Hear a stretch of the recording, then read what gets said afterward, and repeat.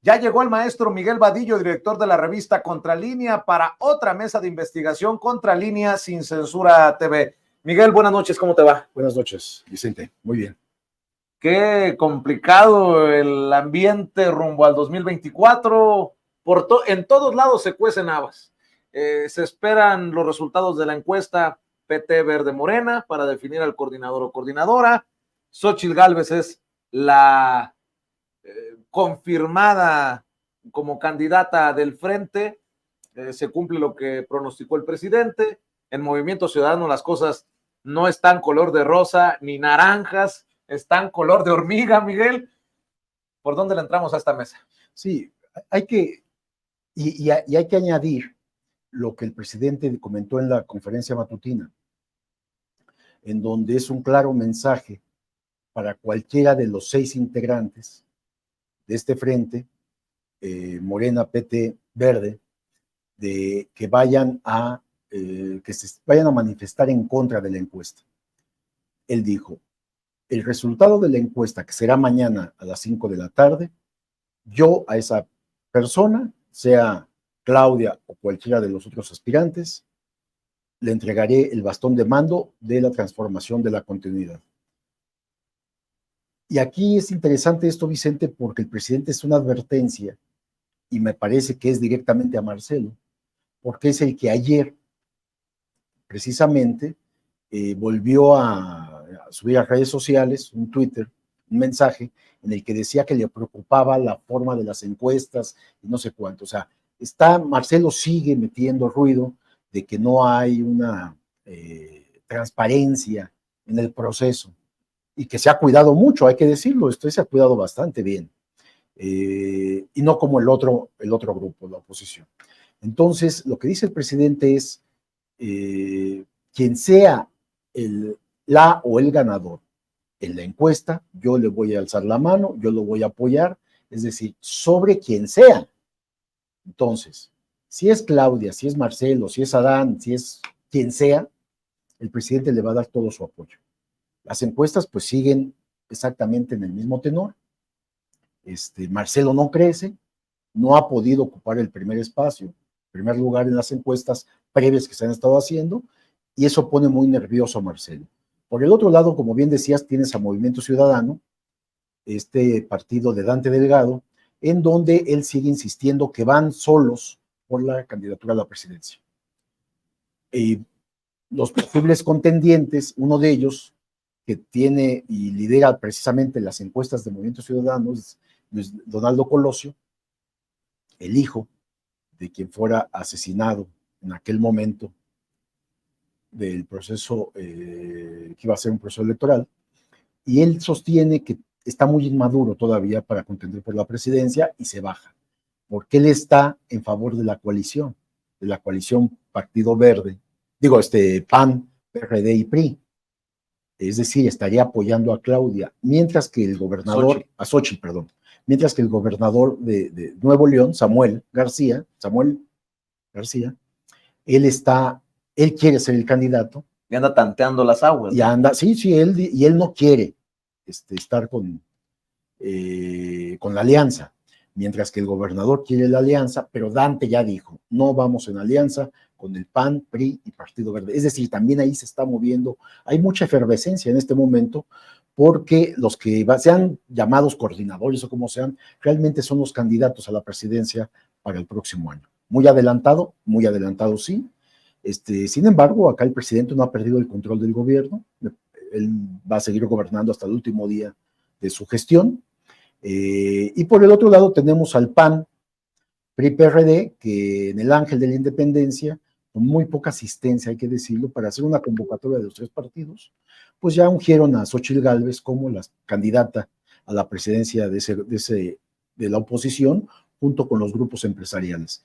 Entonces ya se está perfilando más claramente quiénes van a ser los contendientes, pero bueno, pues por lo que está diciendo Xóchitl, que ya empezó la campaña a la presidencia, también hay ya posibilidades de denuncias ante los tribunales electorales, en este caso contra Xóchitl, y también el equipo del PAN, PRI, PRD, están preparando lo mismo para hacerlo en contra de Morena, PT y Partido Verde, ¿no? Entonces, hay una controversia que va a estarse discutiendo también en los terrenos legales. Fíjate que esto que dijo el presidente de que no había metido la mano, inclinado la balanza, en este sentido su declaración en las encuestas, sí lo considero un mensaje directo a quien se ha quejado, en este caso Marcelo Ebrard.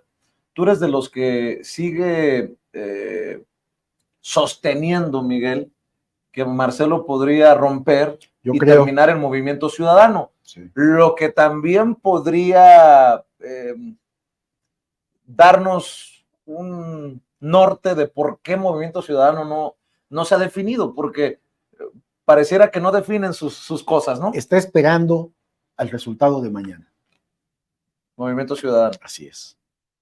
Así es. Por un lado, como decíamos, Luis Donaldo ya dijo, yo no voy. No quiero dividir a la oposición. Digo. Exactamente, no quiero ser un factor de división en la oposición. Él está por la alianza, y la alianza exactamente del PRI, PAN, PRD. Lo mismo que el gobernador. En el caso de Samuel, pues él quiere ser el candidato, él ya vio posibilidades de ser el candidato. O sea que tú sigues pensando que el as bajo la manga de Dante Delgado es Marcelo. Sí, más confirmado pareciera con todo esto que está pasando y con la queja de Marcelo de ayer, que sigue preparando el camino para decir, no me gustó cómo se hizo la encuesta, no me gustó el resultado, me voy. Y el presidente, la respuesta que da precisamente en la conferencia matutina es esa, que quien no esté aceptando este resultado está fuera. O sea, está dando una respuesta adelantada, se está adelantando el presidente. Entonces él va a levantarle la mano, a decir, a entregar el bastón de mando, esta parte simbólica, a quien resulte ganadora o ganador en la encuesta de mañana. Pero el presidente ya les advirtió a los 6. Es una advertencia a todos, incluido el partido también, a Mario Delgado, al propio gobernador de Sonora, que está también al frente de todo este proceso. Alfonso Durazo, donde ya les dijo, se va a respetar esa encuesta porque se han aceptado todas sus sugerencias y esto es transparente. No soy yo quien va a decidir, sino es el pueblo. Entonces es muy interesante. Mientras que el otro grupo, el grupo opositor, vemos que no llegaron a su proceso final. No dejaron que se diera el proceso el domingo pasado y desde adelantaron con mucho, que era Xóchitl Gálvez ya, a través de una encuesta que habían hecho. Que también la encuesta, nadie sabe cómo salió, más bien fue una decisión. De lo contrario, pensaríamos que el presidente es adivino, es futurólogo. Ya se sabía que era Xóchitl, todos lo creíamos también, y así fue. Es decir, hay un engaño muy claro de la oposición. Y hay muchos cínicos que hablan de democracia desde este frente opositor cuando no fue muy democrático que digamos cómo bajaron a la mala a Beatriz Paredes, sino es que Beatriz Paredes sea santa de mi devoción, pero... No, y Beatriz no estuvo en el Ángel. Esta es una señal también. Ya han de haber ofrecido a Beatriz que va a volver al Senado, va a volver a la Cámara de Diputados, van a darle algo, pues, el premio de consolación, pero Beatriz no se veía nada contenta con que no se concluyera el proceso. Ella había prometido que iba a seguir hasta el final del proceso. Sin embargo, no pudo con la presión y se bajó. Y es muy interesante lo que Xóchitl Gálvez dijo. Ya ves que es muy lengua larga esta candidata del PAN, PRI, PRD, y señaló, no aceptaré a rateros, a flojos y a pendejos. Huevones, dijo. No flojos. Huevones. Huevones. Pendejos. Creo que era huevones, rateros y pendejos. Y entonces, si tú ves las caricaturas maravillosas, pues ya están plenamente identificados, ¿no? Aparece como huevón Zambrano, que por cierto ya presenta un vientre muy pronunciado, el alcohol no deja nada bueno. Ándale. Está como ratero Alejandro Moreno, Alito, y le toca, no sé si lo peor o lo mejor, a Marco Cortés, ¿no? Hay algunos que prefieren ser el pendejo de la película y no el ratero.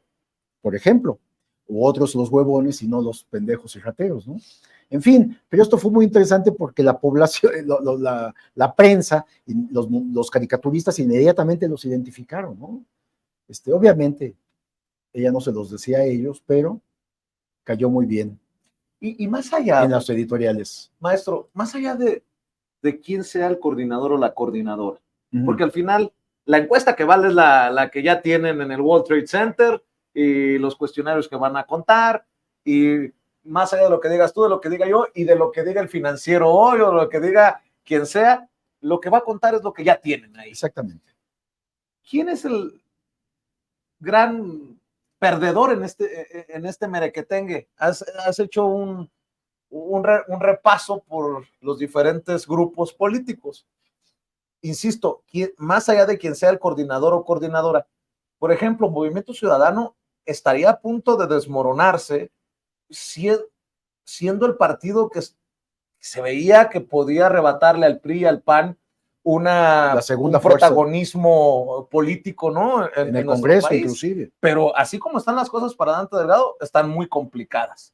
Y en lo del PRIANRED, pues, ahí sí ni para dónde hacerse, ¿no? Son los personajes alrededor de Xóchitl Gálvez los que podrían decirle a la gente, ni nos volteen a ver. Yo creo que contrario a esto que tú comentas, Vicente, yo no veo a Movimiento Ciudadano como el perdedor.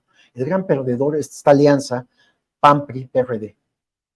Cada vez es más disminuida su asistencia. Mira, haber convocado a menos de 10,000 personas al Ángel de la Independencia es un síntoma de que ya todo mundo sabe que no será Xóchitl Gálvez la próxima presidenta de la República. Y además a pocas semanas de que este movimiento de El INE no se toca había medianamente tenido presencia en el Zócalo capitalino, ¿no? Es más, podemos adelantar que varios de estos partidos pueden perder registros en el proceso electoral del próximo año. El PRD, por ejemplo, en sus peores momentos el PRD juntaba mucho más que lo que hicieron, solo el PRD. Hoy, PAN, PRI y PRD, menos de 10,000, dices, ¿qué les está pasando? ¿No? O sea, ¿dónde están las bases? las redes de los dos partidos? Es que sí están las bases, sí van a votar por ellos, pero no se van a prestar a un juego de estar perdiendo el tiempo un domingo en la mañana e ir a plantarse bajo el sol ahí para ir a aplaudir a Xóchitl Gálvez. Ellos lo tienen claro, Xóchitl no va a ser la presidenta de este país. Está muy disminuido las distancias entre las dos coaliciones, es mucha, Vicente, es mucha, es de 2 o de 3-1. Y un factor que no sé si vaya a pesar mucho o poco, pero que poco se habla, es el factor de la ultraderecha, una candidatura independiente que podrían respaldar grupos religiosos, grupos empresariales, insisto, de ultraderecha, como con este personaje, Eduardo Verástegui. Sí, pero ¿cómo van a registrar esto? O sea, ¿cómo tienes que tener una base para poder participar? Y Movimiento Ciudadano no está perdiendo, porque todos quisieran a Movimiento Ciudadano como aliado. Fíjate nada más. Incluso en Morena Incluso, PT Verde. incluso. Y Dante Delgado tiene la posibilidad de decir, me sumo a Morena, a la 4T, o me voy con el PRI, PAN, PRD, que le están pidiendo que llegue con ellos. Ellos lo que están viendo es, si llega Marcelo con ellos, si renuncia Marcelo a Morena y se va con ellos, si perdiera pues el proceso de mañana de elección, entonces podrías convertir a Movimiento Ciudadano en la segunda fuerza política de este país, arriba del PAN, que en este momento es la segunda fuerza política importante. Y le darías una posición en el Congreso de mucho poder. Y Marcelo tendría poder en el Congreso para negociar con un gobierno al cual ya renunció. Antes de hablar de otros temas, para cerrar, si te parece, ir por capítulos, sí. Qué interesante también será evaluar este proceso interno histórico. Muchos muy perdidos andan buscando perfección. No puede esperarse una perfección no. en el proceso. Y siempre hay gente malosa en todos lados. Claro, y que le ha metido mucho ruido. Salieron los trascendidos, ¿no? Salvador García Soto, Celis, los personajes de siempre, los medios de siempre. Pero la verdad es que aquí hay que decirlo, han buscado hacer lo que les correspondía en esto de la transparencia, en esto de sacar adelante el proceso tanto Alfonso Durazo como presidente del Consejo Nacional de Morena, como Mario Delgado, presidente nacional del partido, y le guste y le duela a quien le duela, le pese a quien le pese, el presidente respaldando al 100% este proceso que tienen en sus manos tanto Alfonso Durazo como Mario Delgado. Quien crea que el presidente López Obrador no está vigilando el proceso se equivoca, Vicente. Quien crea que el presidente, con todos los aparatos de inteligencia que hay, con todos los informantes que tiene el presidente, con todas las personas involucradas en el proceso, no sabe lo que está pasando ahí, se equivoca. El presidente sabe perfectamente cómo va el proceso, lo que ha hecho cada candidato, cada aspirante, lo que han hecho los equipos, lo que están haciendo gobernadores. El presidente tiene una radiografía de lo que está pasando perfectamente, Vicente. Por eso es tan importante lo que dijo en la conferencia matutina, porque fue una llamada de atención, que no se le ocurra pasarse a nadie en contra del resultado. Y si lo hace Marcelo, que es el más viable para romper, o es el que está apuntando a romper según el análisis que yo hago y por la información que tengo, es de que el presidente le mandó el mensaje a Marcelo. Si tú rompes o das conferencia de que esto fue un fraude, adiós, levanto la mano a cualquiera de los candidatos que haya resultado ganador y tú estás fuera.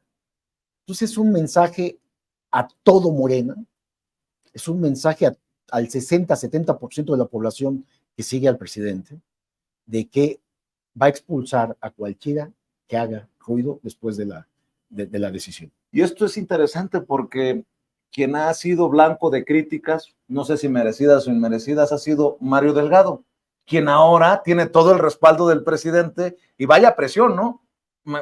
Ya me imagino al presidente, esto sale bien porque tiene que salir bien. Entonces, es lo que digo, Mario Delgado tiene los ojos del presidente sobre él y sobre Alfonso Durazo. Y Alfonso Durazo está vigilando a Mario Delgado. Nadie puede negar la relación de Mario Delgado con Marcelo Ebrard. Fue su subalterno mucho tiempo. Bueno, yo sé que hasta hicieron negocios juntos. Pero en este momento, ambos, tanto Durazo como Mario Delgado, pues tienen que sacar una buena decisión transparente y clara, y se está haciendo así. Por eso están vigilando los paquetes, están representantes de los 6 ahí viendo, haciendo el conteo. O sea, hay mucha transparencia, hay mucho cuidado en lo que se está haciendo. ¿Que va a haber protestas? Yo creo que sí. Sí, y va a haber desconfianza de algunos que van a decir, oye, yo no confío, por ejemplo, ¿no? En Mario Delgado, pero bueno, si el presidente, sí, el líder máximo está dándole toda la confianza de este movimiento, le da toda la confianza, pues, hermano. Acuérdate que hubo 80 legisladores, 80 diputados que querían presentar una queja en contra de Claudia Sheinbaum. Entonces hablas de que Marcelo sí tiene un grupo dentro de la Cuarta Transformación que está con él, incluido en el Congreso, ¿no? Es decir, sí tiene cada candidato sus seguidores. No hay la menor duda. Entonces Marcelo tiene un porcentaje, el porcentaje que está presentando en las encuestas previas, no en la de mañana sabremos cuál es el resultado, pero tiene un porcentaje importante. Marcelo Ebrard se lo colocan en segunda posición, no ha podido remontar esto y todos los berrinches que ha hecho, pues le han ocasionado precisamente que no pueda subir, ¿no? Amor, a Ebrard le está pasando lo que en algún momento le pasó a Monreal, un cálculo equivocado tal vez de jalar un poquito de más la liga, de estirarla, porque seguramente te acuerdas, Monreal era de los que desayunaban en Palacio y de pronto se enfrió la relación por las pataletas precisamente que hacía Ricardo Monreal. Tenía en el Senado mucho poder. Y tanto poder que impuso a Sandra Cuevas en la delegación Cuauhtémoc en contra del gobierno federal, en contra del gobierno capitalino inclusive. Claudia Sheinbaum al frente del gobierno de la Ciudad de México. Entonces Monreal ya fue identificado por muchos morenistas como un traidor, como ahora está siendo acusado también Marcelo Ebrard. Entonces, a Monreal, creo que creo que está abajo ahora ya del propio Manuel Velasco en las encuestas. Entonces, cayó muchísimo Monreal una vez que dejó el Senado. Entonces Monreal ya vio su situación. Monreal puede aspirar a la jefatura de gobierno, por ejemplo. Es un político muy habilidoso, Ricardo. Claro. O sea, nadie puede negar esto, pero ha ido muchas veces en contra de las decisiones del propio presidente. Del propio presidente y de la dirigencia de Morena. ¿Ves tú una operación cicatriz, limar asperezas? Sí, sí, claro. Es lo que está haciendo el presidente. Es lo que está haciendo el presidente. Y tiene un año además. Un año todavía al frente de la presidencia de la República para limar todas esas asperezas. El problema es Marcelo. ¿Qué va a hacer Marcelo?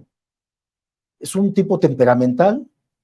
Es alguien que siente que ha sido agredido, que le han hecho campaña sucia en contra. Y no. ¿Cuál? Eso está para el análisis, ¿no? No, pero a ver, concretamente, ¿cuál? Digo, él me acusaba a mí directamente. Bueno, sí. No, pues digo, no si quieres hablar del tema, lo hablamos. Estuve en su oficina, Vicente. Hablé con él. Le dije lo que tenía. Le dije que iba a publicar. Pedía una respuesta a algo que él se ha negado a contestar. Pero no necesariamente sobre la investigación contralínea, sino en general. En general. No, en general. No es muy aceptado por muchos grupos de Morena. Es más, creo que tiene, no sé si estoy equivocado, tendría más respaldo afuera que adentro. Sí, él tiene muy buena relación con los medios de comunicación, con los llamados líderes de opinión, con los dueños de los medios de comunicación, con el sector empresarial. Porque hay que recordar que esta encuesta de Morena es abierta. Es abierta. O sea, no necesariamente tienes que ser simpatizante, afiliado de Morena. ¿Tú a dónde vas? ¿Me quieres decir que puede haber sorpresas? Sí, sí puede haber, Vicente. Sí puede haber. Vamos a ver qué sucede. Sí puede haber. Y el problema va a ser ese. ¿Cómo le dices a toda la base de Morena que estuviste recetándole encuestas en todos los medios de opositores abiertamente, los dueños, en contra del presidente, de los medios de comunicación, y empresas privadas, en coordinación con los medios, estuviste diciéndoles permanentemente, hasta todavía la semana pasada, que Claudia Sheinbaum es la que lleva el primer lugar? ¿Cómo le dices a la base de Morena que ella perdió? Y tienes razón en lo que estás diciendo. Fue tan abierta que pudieron votar panistas, priistas. Todo el que quiso. O sea que pudieron haber movilizado a sus gentes. Yo no sé, vamos a saber si hubo pagos para que votaran en favor de alguien o no. Eso todavía puede salir, Vicente. Qué interesante, apasionante, ¿no? Pues, este momento que creo que no se va a volver a repetir. Preelectoral, además, ¿no? O sea, todavía falta mucho tiempo para que empiecen las campañas para la buena. Formales, y esto ya se convirtió en una campaña, y podemos adelantar que quien salga como candidato o candidata de Morena, Partido Verde y Partido del Trabajo, va a ser la próxima o el próximo presidente de la República. Y falta un año, Vicente.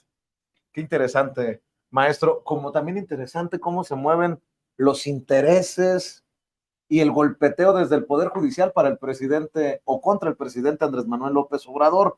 Esto del fiscal de Morelos que lo dejan en libertad, lo vuelven a prender, es un caso, creo yo, claro de golpeteo político de este Poder Judicial podrido, salvo que tú me digas otra cosa, Miguel. No, todo apunta, mira, es que hay una cuestión legal. El fiscal de Morelos, Uriel Carmona, que está preso aquí en la Ciudad de México. Es un sujeto impuesto por Graco Ramírez, el anterior gobernador de Morelos, y que tiene una clara y abierta confrontación con el actual gobernador Cuauhtémoc Blanco, que la tuvo cuando Cuauhtémoc era el alcalde de Cuernavaca. Ahí empezó una confrontación brutal. Y Cuauhtémoc con Graco Ramírez también. Pero una vez impuesto el fiscal en Morelos por Graco, con un plazo bastante largo en su gestión, este fiscal se empoderó tanto que sin problema alguno le abrió 3 carpetas de investigación por vínculos con el narcotráfico a Cuauhtémoc Blanco, desvío de recursos públicos, etcétera, etcétera. Cuauhtémoc Blanco también, ya como gobernador, hizo lo propio y se fue contra el fiscal. Pero estaba atorado todo esto porque el Congreso, Cuauhtémoc Blanco descuidó mucho eso como gobernador, el Congreso es opositor al gobernador. Entonces, no pudieron desaforarlo, pero además el asunto llegó, el desafuero fue acá en el Congreso Federal.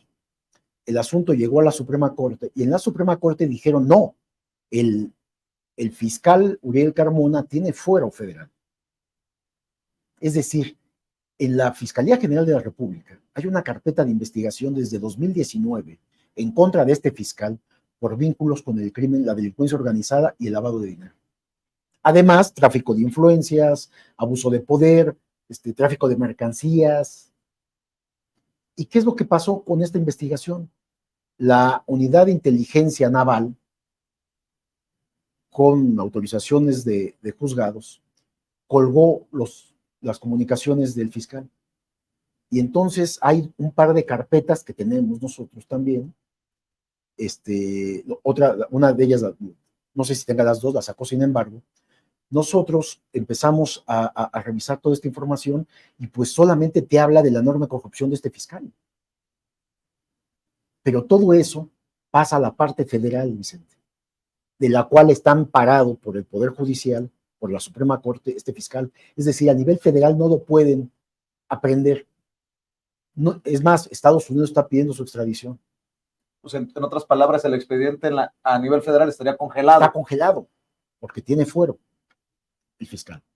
Y entonces se maniobró con evidencias porque cometió un grave error en toda su prepotencia de manejar la justicia en el Estado, este fiscal, y maniobró con todos sus subalternos para alterar la investigación y los dictámenes de este feminicidio, de esta... aquí tengo los datos, Vicente.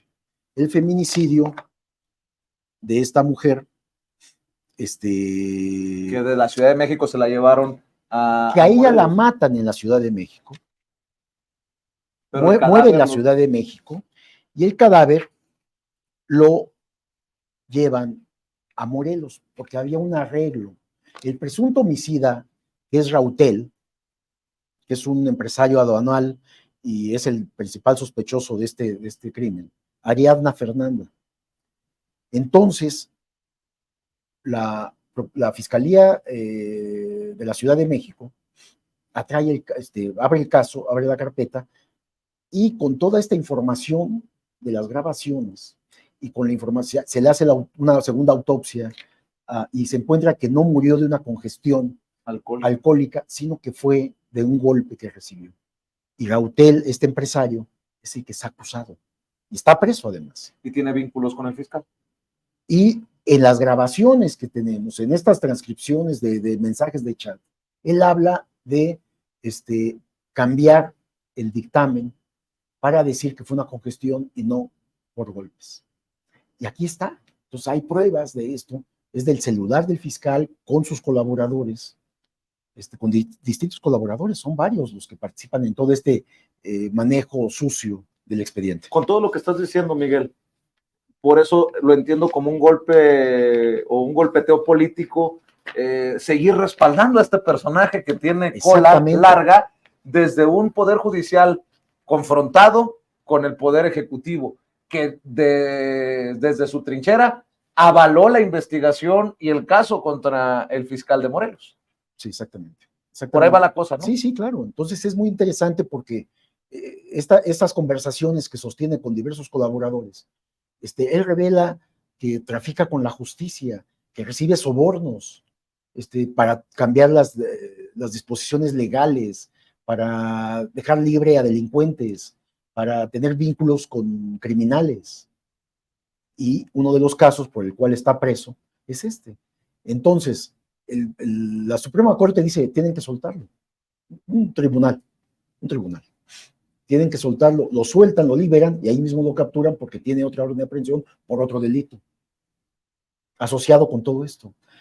Es decir, la Fiscalía está buscando por todas las vías mantenerlo preso, porque realmente además de hacer una pésima aplicación de la justicia en Morelos, que Morelos sabemos además pega el crimen organizado ahí, y también es responsabilidad de Cuauhtémoc Blanco, por supuesto. Hay un problema grave porque hay mucha impunidad, no hay justicia pues en Morelos. Y en el caso del fiscal, pues tiene otros delitos sumamente graves que no pueden actuar contra él porque le impide la Suprema Corte. Oye, maestro, y lo peor estará por venir en esta confrontación poder ejecutivo, poder judicial por el tema de los dineros. Me estaba contando ayer Hamlet Almaguer, el diputado federal de Morena por Jalisco, que el viernes estarán analizando este presupuesto con el incremento que piden desde el Poder Judicial, y me estaba dando datos que son alucinantes, no sé cuántos millones por lavandería, no sé qué tanto por jardinería, no hay ni jardín, dice en la Suprema, y estaban diciéndome, no, nosotros vamos a proponer un recorte a la Corte. Bueno, pues se viene tal vez el encontronazo más duro entre la Corte, encabezada por Norma Piña, la ministra presidente, y en su momento el presidente Andrés Manuel López Obrador, cuando esté de acuerdo con recortarle al presupuesto de este Poder Judicial lleno de privilegios, como lo hemos exhibido en estas mesas de investigación contra Líneas Sin Censura y ustedes en la revista. Sí, tú sabes que el presidente, el Poder Ejecutivo no puede meterse a recortar el presupuesto del Poder Judicial. Esto lo hace el otro poder, el Poder Legislativo. Entonces, ellos ya están, ya tienen planeado hasta el monto, las áreas donde van a hacer este recorte de muchos millones, de miles de millones, porque es mucho lo que se le entrega a la Suprema Corte y no rinde cuentas. Es decir, como la Corte es la última que falla legalmente, jurídicamente, no se puede hacer gran cosa ahí porque ellos deciden, ellos se ampararon a sí mismos para recibir su salario, pues un salario descomunal, 2 o 3 veces más que el presidente de la República, no, 3 veces más que el presidente de la República. Ellos mismos dictaminan al final, dan el último fallo de la justicia en este país. Entonces es muy complicado.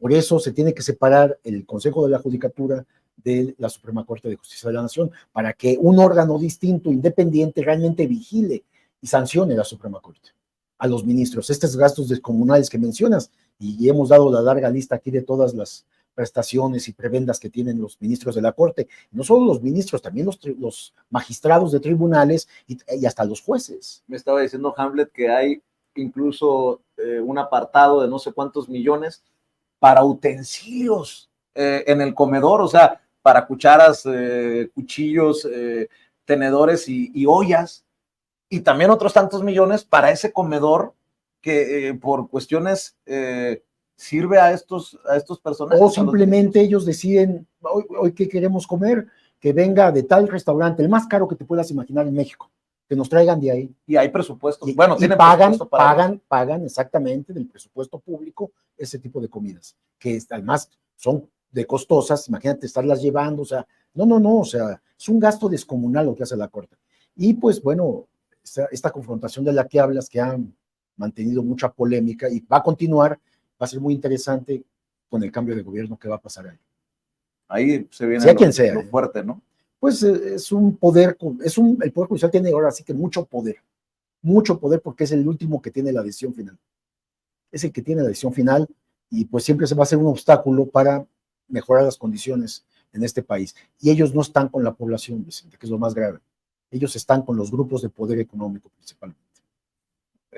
Por cierto, en el marco del quinto informe de gobierno, me llamó mucho la atención que ni la oposición ni muchas de las mesas de análisis de los grandes medios de comunicación hicieron, en mi opinión, pues un análisis sabroso de ese informe del presidente, que habla de los millones de mexicanos y mexicanas que salieron de la pobreza, del avance de las obras, de los programas sociales. Incluso el PAN ya anda contra Sembrando Vida para que no se eleve a nivel constitucional el programa, que también resulta interesante para mí ver cómo pues no hay cómo debatir o refutar, o no hay nivel para poder confrontar ideas. Es que además tú cómo tienes que hacer este análisis de lo que se ha hecho este gobierno, tienes necesariamente que compararlo con lo que se hizo en gobiernos pasados.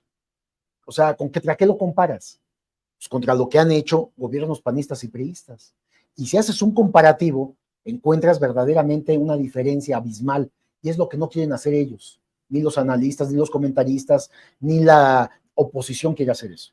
Ellos dicen, tiene 5 años en el gobierno López Obrador y tendría ya que haber solucionado los problemas de violencia que fueron creados o principalmente por Felipe Calderón. Tiene que solucionar la corrupción, que desde Carlos Salinas hasta Peña Nieto fue descomunal. Tiene que solucionar y reconstruir todas las obras sociales que nosotros no hicimos. Tiene que mejorar todo el sistema de salud, que lo dejamos hecho una basura en 5 años. Entonces dices, no, a ver, no es así. Ustedes dejaron emproblemado al país con una pobreza extrema descomunal, con una desigualdad social y con una infraestructura en obra pública muy mala. Todo eso se tuvo que recomponer. Entonces se está trabajando en todas las áreas y es el informe del presidente. Estamos haciendo esto. ¿Qué le dices? Lo único que tú alcanzamos a leer y escuchamos en la radio y en la televisión es descalificar, que es muy poco lo que ha hecho, que no ha hecho lo que se prometió hacer, acabar con la violencia. La violencia no se puede acabar así. La violencia tuvo un crecimiento permanente desde Salinas hasta la fecha. No hasta la fecha, hasta el primer año de gobierno de López Obrador. Después se empezó a achatar, es decir, a mantenerla horizontalmente, y hace 2 años empezó a declinar. Es como tiene que ser. La violencia son grupos delincuenciales ya muy estructurados que no desaparecen de la noche a la mañana por el cambio de gobierno. Y puedes hablar así de todo lo que está sucediendo. Las obras sociales que tú mencionas tan importantes, pues cuando vemos al Tren Maya circulando, a mí me dio gusto verlo, no había pasado en este país. Y la gente, ¿no? Qué interesante en todos el impacto social, sexenios, porque la gente salía de sus comunidades, de sus pueblitos, a un lado del tren y emocionados. Los que hemos tenido posibilidades de estar en Europa, Vicente, y vemos el sistema ferroviario impresionante que tienen, bueno, al ver este tren ya en las vías circulando, me dio gusto, porque además es muy parecido, es muy bonito el tren. Las imágenes que vimos de los asientos, o sea, es de muy, muy, muy alta calidad. Entonces va a ser algo muy, muy bonito para el sureste del país, que cuenten con eso, que contemos con eso, porque hay que viajar en él. Y bueno, pues sorpresivamente la oposición está en contra de eso, porque ¿qué podían alegar ahí? Bueno, ¿qué alegaron? El medio ambiente, ¿no? Están cruzando la selva. Y ahora dicen, muy lento, tomó 8 horas. Es una ridiculez eso, ¿no? Cuando es un momento de prueba. Sí, claro. Todavía no están ni todos los tramos. Es hasta diciembre la inauguración oficial. Entonces, pero fue muy interesante ya ver que hubo este traslado de Campeche a Cancún y de ahí no sé a dónde más. Un par de días estuvieron en Chichén Itzá. En Chichén Itzá, ¿no? Entonces, maravilloso. La refinería. Ya había a Rocío Nale con un frasquito de lo que ya empezó a producir. También será fin de año, cuando ya se tenga una producción considerable de gasolinas, y pues el aeropuerto que ya está en funcionamiento. Yo también ya tuve la oportunidad de viajar, y es muy bonito el aeropuerto, muy, muy, muy bonito, y las aerolíneas siguen protestando que los directores de estas aerolíneas de Aeroméxico y de las de Interjet, que va a haber molestias para la población, que va a tener que ir hasta allá, cuando en cualquier parte del mundo los aeropuertos están sumamente alejados. Claro. Y por ejemplo, no hay excusas, pues. Como Chicago, que llegamos a tener hasta 3 aeropuertos, pero ahora que está el Midway y el O'Hare, pues obviamente a unos les queda un poquito más lejos el O'Hare y a otros más cerca el Midway, o al revés, pero pues no se le puede dar. Sales con tiempo, día del sur. Pero yo vivo en el sur, Vicente, para llegar ahí hice 1 hora. Pero además, Miguel, ese tiempo que supuestamente pierdes al no ir desde el Benito Juárez, sino del AIFA, es el que sales ganando por las filas que no haces, porque no hay filas que hacer, que no tienes que romperte la cabeza. Muy modernizado, además. Oye, Miguel, si me permites, déjame regresar al tema de los ministros. ¿Qué piensas de esto que anunció el diputado Alejandro Robles de Morena, que van a buscar desaforar a precisamente Alejandro Robles, debí de haber dicho, Alejandro Robles, el diputado federal de Morena, que dice que buscarán desaforar a Luis María Aguilar, quien en su momento presentó un proyecto en la Suprema Corte de Justicia de la Nación que buscaba destituir al presidente y en un descuido hasta encarcelarlo. Esto es lo que dijo en conferencia de prensa Alejandro Robles. Hemos pedido este espacio porque queremos compartir con ustedes la denuncia que estamos enderezando en contra del ministro Luis María Aguilar. Nos parece, nosotros ya habíamos enderezado la denuncia de juicio político en contra de los ministros y ministras de la Corte, pero el caso Luis María Aguilar es especialmente escandaloso. Se ha hecho público en la mañanera como el ministro pidió atraer el asunto, la defensa de Electra, y estamos hablando que el ministro tiene bajo su escritorio ya prácticamente por un año este caso.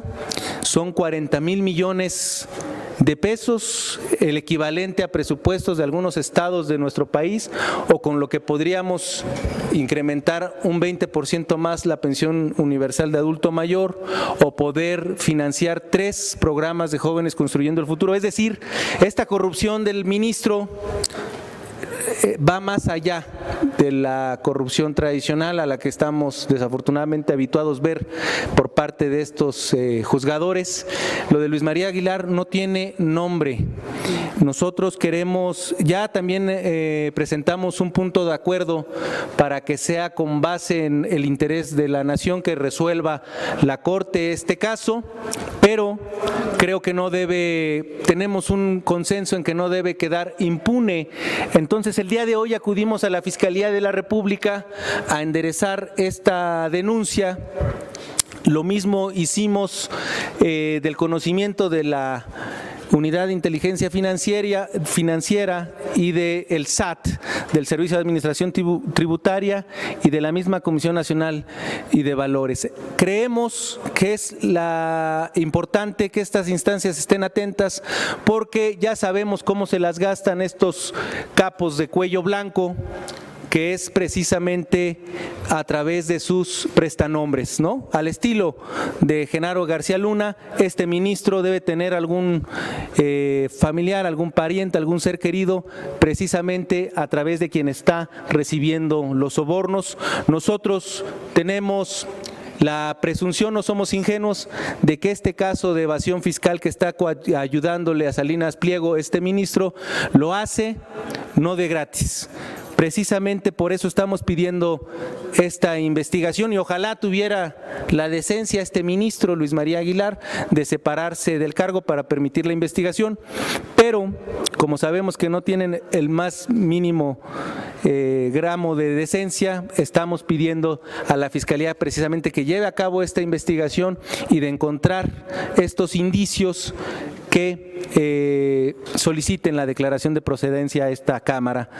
Es que el caso del ministro Luis María Aguilar no tiene nombre, dice Alejandro Robles, diputado de Morena, que ya hay una denuncia contra los ministros, pero este caso en particular, dice, hay que ir hasta el fondo. Están pidiendo la investigación de la Fiscalía General de la República. Si hay delito que perseguir, pues que se pida el juicio de procedencia, el desafuero de este personaje, ministro de la Suprema Corte de Justicia de la Nación, por el caso de Ricardo Salinas Pliego Electra, de 20,000, no sé cuántos millones de pesos, que ha guardado ahí en su escritorio y que ya lleva meses sin resolverlo, dinero que no entra a las arcas del país. Y bueno, por ahí también importante la denuncia ante la Fiscalía General de la República y a ver en dónde termina esta investigación, Miguel. Desde luego la Fiscalía tiene que abrir la carpeta de investigación. Seguramente encontrará elementos en contra del ministro Luis María Aguilar, pero volvemos a lo mismo, Vicente. La Suprema Corte, que son en 8 o 9 ministros y ministras, los opositores al gobierno, y digo 8 o 9 porque a veces, dependiendo de cómo vote el expresidente de la Corte, Saldívar, a veces vota a favor, a veces en contra. Eso es lo que da a veces 8 o 9 votos, que están votando en contra de todo lo que hace el gobierno de la República. Ellos se van a atravesar nuevamente y van a otorgar amparos y van a oponerse. Norma Piña es la instrucción. no va a permitir que avance cualquier investigación contra ellos. Y pues en el Congreso, que esto es lo que procedería, pues seguramente la votación la ganan Morena, Partido Verde, Partido del Trabajo, que están aliados, pero no es suficiente para conseguir esto. Entonces es una posición política más, lo estoy viendo yo así, que se abra una carpeta y meterle ruido también a los ministros de la Corte. Yo te repito, como lo he dicho en otros momentos, me parece que la exhibición pública que hace el presidente todas las mañanas de la corrupción de los ministros, magistrados y jueces, como se hizo apenas, es muy importante porque la sociedad se está dando cuenta y está volteando a ver a estos supuestos impartidores de justicia, y entonces lo que se está generando es un juicio social, Vicente, un juicio social que ya los condenó y los ha encontrado culpables a los ministros de la Corte. Pues se podrán amparar todas las veces que tú quieras, como lo estás ya adelantando, en caso de que se proceda contra ellos. Pero si la fiscalía le encuentra algo a un ministro, esa sí es nota bomba. Porque lo que dice Alejandro Robles es, no creemos que lo haga gratis, pues, la chambita esta de estarle dando oxígeno a esta deuda de Electra. Imagínate que se le encuentre actos de corrupción a uno o a los ministros, a varios de los ministros. Se hace público esto, se le presentan denuncias penales, se abren carpetas de investigación. ¿Qué va a hacer la ministra presidenta Norma Piña y los ministros y ministras ante una evidencia de corrupción clara? El punto es saber si existe esta información o no. Yo lo que le decía, hay que investigarlos porque hay que investigar la fortuna que han acumulado, así como los bienes, las residencias, los viajes costosísimos y el uso de dinero público. Hay que investigar, no solamente la corrupción por vender los juicios o los fallos de la Corte, sino también hay que investigar en sus bienes, en sus propiedades, en sus cuentas bancarias. Oye, Miguel, no sé si traigas otro tema en el tintero ahí para cerrar, pero yo te quiero preguntar, ¿qué tan poderoso es Cabeza de Vaca? Yo recuerdo que como gobernador, a mí la verdad me decían, vamos a Tamaulipas, y decía yo, no, paso, ¿no? El exgobernador panista de Tamaulipas. Y creo que el tiempo me dio la razón ahora que arremetió contra los colegas de un 2x3 Tamaulipas y Marta Olivia López Medellín, que ya lo denunció, por cierto, oficialmente, pero veo a un Cabeza de Vaca que recibe amparos, que le saca la vuelta a muchos de los procesos en su contra. Creo que tuvo una derrota, por decirlo de alguna manera, con esta orden de aprehensión. No le dieron el amparo y está vigente la orden de aprehensión en su contra, pero ahora veo al equipo legal de Cabeza de Vaca arremeter contra Santiago Nieto, el ex titular de la Unidad de Inteligencia Financiera, y dicen, van contra Santiago Nieto por, según ellos, armar casos en contra de personajes como Cabeza de Vaca, digo yo, pero estos sí son, mi papá decía que en paz descanse, hay que ser cochis, pero no tan trompudos, estos sí son muy trompudos. Está Gil Suárez, que era mano derecha de Calderón, está Coello, y están estos personajes defendiendo a un prófugo de la justicia, porque hay orden de aprehensión en su contra. Si no se presenta, pues es prófugo de la justicia, ¿no? Sí, ¿Qué tan poderoso sigue siendo? Yo creo que evidentemente tienen mucha presión, todo el grupo opositor tiene mucha presión para salir a defender a García Cabeza de Vaca, a Silvano Aureoles y a otros más. Van a tener que defender también a otros más porque vienen más expedientes. Una vez que se les acabe el fuero a diputados, a senadores. Déjame frotarme las manos. Sí, vienen más cosas y hay expedientes armados, pues, preparados, listos para proceder. En el caso de Cabeza de Vaca ya no tiene fuero y por eso se pudieron librar las órdenes de aprehensión.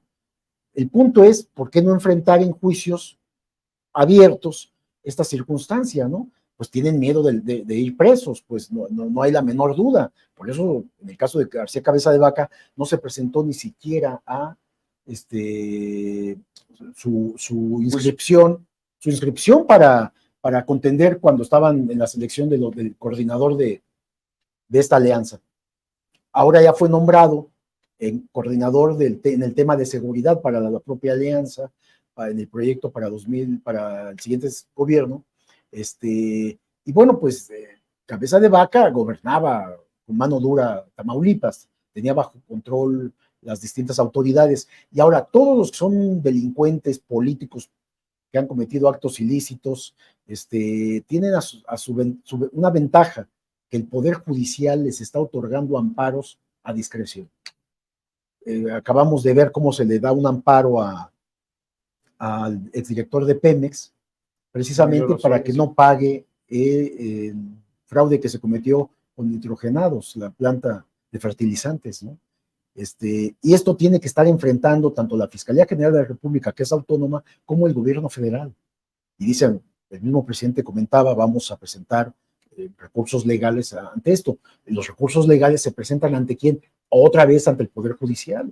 Entonces están liberando delincuentes, amparando a defraudadores, en fin, están acudiendo al Poder Judicial para obtener beneficios legales, ¿a cambio de qué? Como tú bien dices. Entonces, es una barrera que se tiene en este momento. Y Cabeza de Vaca en este momento cuenta con esa ventaja de tener de su lado al Poder Judicial, que está vendiendo amparos al por mayor.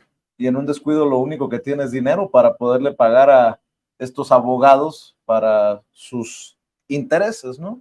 Pues no hay duda de que tenga dinero, y pues los abogados hacen su chamba de proteger a quien les paga, pues para eso son abogados, están recurriendo a todas las argucias legales, a todo lo que puedan hacer para liberar a sus clientes, ¿no? ¿Con qué cerramos esta mesa en los últimos minutos? Fíjate que un último tema que quiero comentar, de cómo algunos miembros del gabinete que tenían interés en renunciar para irse a contender a diversos cargos populares, de elección popular, pero el trabajo que hacían era tan importante que no se pudieron separar y aceptaron, a petición del presidente, quedarse en sus cargos públicos. Y el presidente hizo un reconocimiento hace unos días a Zoe Robledo. En el quinto informe lo reconoció. Que está al frente del IMSS, porque él dice, es tan importante lo que estamos haciendo en materia de salud, que si se va Zoe, no hay inmediatamente quien lo pueda sustituir y darle continuidad. Y Zoe, que tenía muchas posibilidades de contender por Chiapas, aceptó quedarse, ¿no? Entonces hay un compromiso. El caso como el de Rosa Isela, que tenía posibilidades para la Ciudad de México. Y también decidió quedarse. ¿Y por qué? Porque ella es la que está encargada de la Secretaría de Seguridad Pública, del combate a la violencia y de todos estos programas que el presidente le encarga. Otra es Rocío Nale. También quiere irse a Veracruz, pero Rocío Nale no se va a ir hasta que termine, hasta que esté ya operando la refinería de Dos Bocas, ¿no? En cambio otros, y aquí es la historia que te comento, me enteré que en el caso de Javier May, director general de Fonatur, que ya renunció porque se va a Tabasco, nosotros publicamos la semana pasada de que había tenido una confrontación con el secretario de la Defensa. Ah, caray. Precisamente porque él quiso entregar, desde la semana pasada, el informe final, la entrega-recepción del Tren Maya, que es otra de las grandes obras, yo creo que es la principal, por lo que significa. Pero no está terminado todavía. De hecho, este fin de semana comentábamos de cómo se hizo esta prueba en donde fue el presidente con empresarios, con los constructores, etcétera, etcétera. Entonces, Javier May quiso entregarle a la defensa de manera directa ya, decir ya finiquito, yo me voy el día primero, hace 3, 4 días. Y le dijeron a la defensa, no te puedes ir así. Nosotros vamos a administrar y a operar esto, pero tenemos que ver que todo esté en completo funcionamiento. No vamos a ser responsables si algo no funciona. Claro. Y empezó a haber un problema ahí fuerte, que tuvo que intervenir, según sé, hasta el propio presidente en este caso. El propio Luis Crescencio Sandoval. Sí. Y finalmente, pues ya nos enteramos en la conferencia matutina que ya Javier May se retira.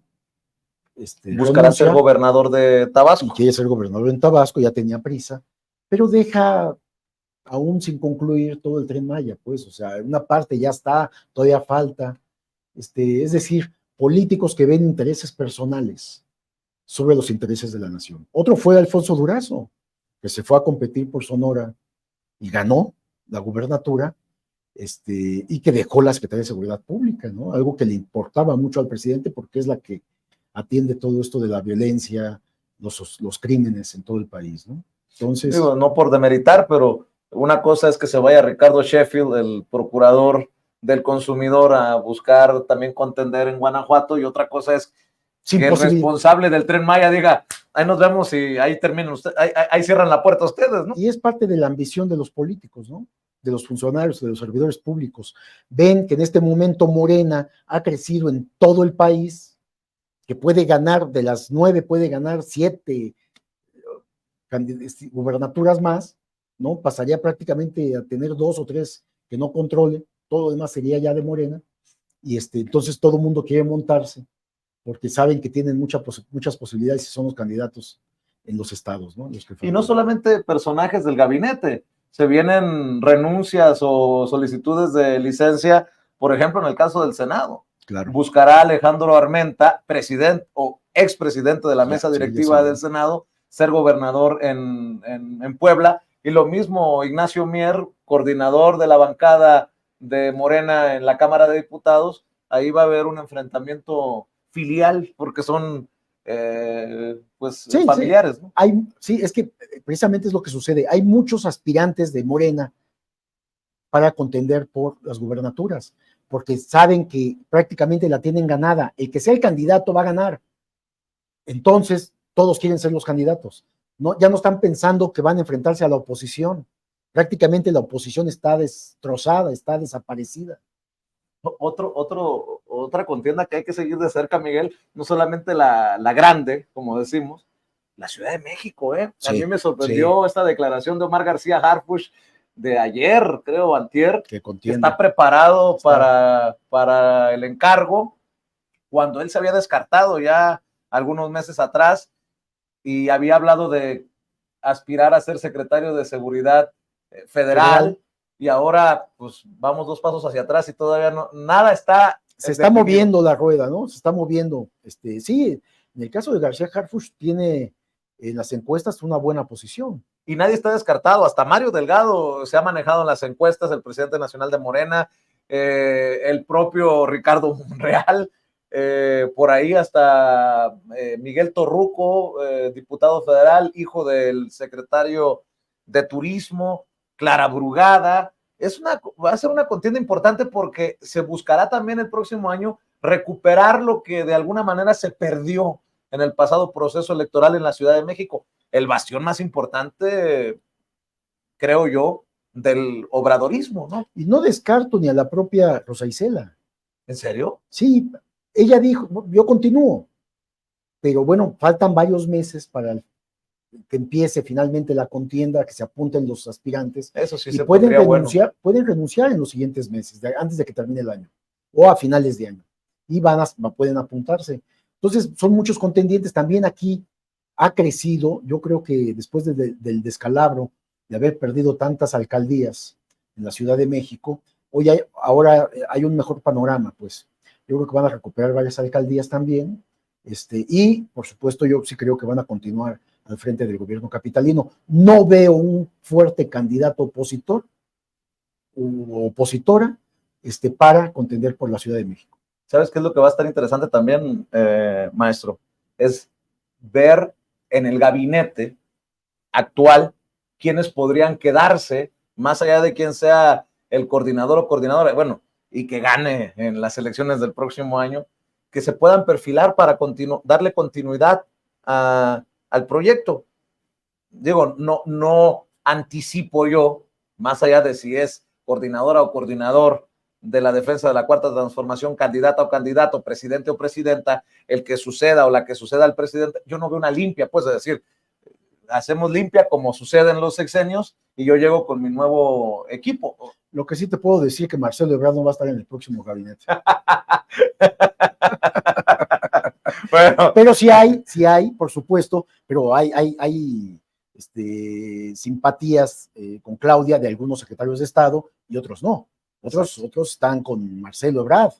Entonces esos, pues, se ve dudoso que continúen, y como han sido finalmente abiertos sus simpatías, supongo que varios no van a repetir, no van a quedar, y algunos van a cambiar de posición. Tal vez cuando te vuelva a ver, aunque suene como canción, en la próxima mesa, que puede ser la próxima semana, Miguel, ya con la definición de coordinador o coordinadora, también podríamos hablar del reacomodo que va a haber de fuerzas, porque ¿quién se va a quedar en el Senado coordinando los esfuerzos, buscando el plan C del que habla el presidente? ¿Quién se va a quedar en la Cámara de Diputados? Los gobernadores, dependiendo de a quién apoyaron y a quién no, porque algunos apoyaron a Ebrard, otros apoyaron a Claudia, otros apoyaron a Dan Augusto, ¿no? Y va a ser muy interesante cómo la 4T, pensando en que el presidente se va a retirar, ¿cómo quedará estructurada? ¿Cómo quedará ¿Quién va repartida? a quedar al frente de Morena? ¿No? Va a ser muy interesante. Yo veo ahí a Dan Augusto, por ejemplo. En Gobernación veo, y lo vamos a platicar después, nada más, en Gobernación veo a Alfonso Durazo, por ejemplo. ¿Ah, sí? Esa sí no me la esperaba. Regresa a gabinete, pero como secretario de Gobernación. Y ahí está, a la actual secretaria de Gobernación la veo también en otra posición clave. Qué interesante. Va a ser interesante. Qué interesante. Pues, maestro, me da mucho gusto que hayamos podido compartir. Creo que ha sido una mesa servidita hoy para la audiencia de Sin Censura. ¿Y por qué no cerramos invitando a la audiencia a www.contralinea.com.mx, a las redes sociales, a las diferentes plataformas y obviamente en el canal de YouTube en Contralínea, que todos los días, sigan, ¿no? Todos los días de 10 a 12 de la tarde, a 12 del día, de lunes a viernes, y lunes, miércoles y viernes de 1 a 2 de la tarde, una mesa de análisis de Contralínea, y todos los días de 8 a 9 contigo, Sin Censura, Contralínea, en una mesa de análisis, discusión y temas de investigación. Mañana, yo sé que tienes otros compromisos, yo sé que tienes pero mañana cosas, ya sabemos quién es. Pero mañana casi estoy seguro que te voy a tener que estar llamando, buscando tu opinión. Con gusto. Porque quién sabe qué vaya a pasar. Porque mañana sabremos quién va a ser la próxima o el próximo presidente de la República. Miguel, me da mucho gusto. Gracias por tu paciencia, por tu generosidad. El maestro Miguel Vadillo, director de la revista Contralínea, hablando con nosotros Sin Censura. Y aquí no paramos. Le recuerdo que todos somos Sin Censura y le pido su respaldo. Dele like en esta transmisión y comparta con familiares, amigos, contactos a través de WhatsApp, de Facebook, de Twitter, por donde usted quiera. Ahí están nuestras cuentas en las diferentes redes sociales, en las diferentes plataformas. Apóyenos sobre todo en la X, en Twitter, @Vicente Serrano. Mañana Nancy Flores, aunque anda malita, anda enfermita, le deseamos una pronta recuperación a Nancy Flores, corresponsal de la revista Contralínea, y lo que venga, porque recuerda que tenemos cobertura especial desde las 3 de la tarde hasta donde tope, con este anuncio que es trascendental en la vida política de nuestro país. Y bueno, dependiendo de las reacciones al anuncio que se haga por ahí de las 5 de la tarde, pues estaremos buscando a mis ojos o a quien tenga que aportar a esta cobertura especial. Por lo pronto avanzamos, todos somos Sin Censura.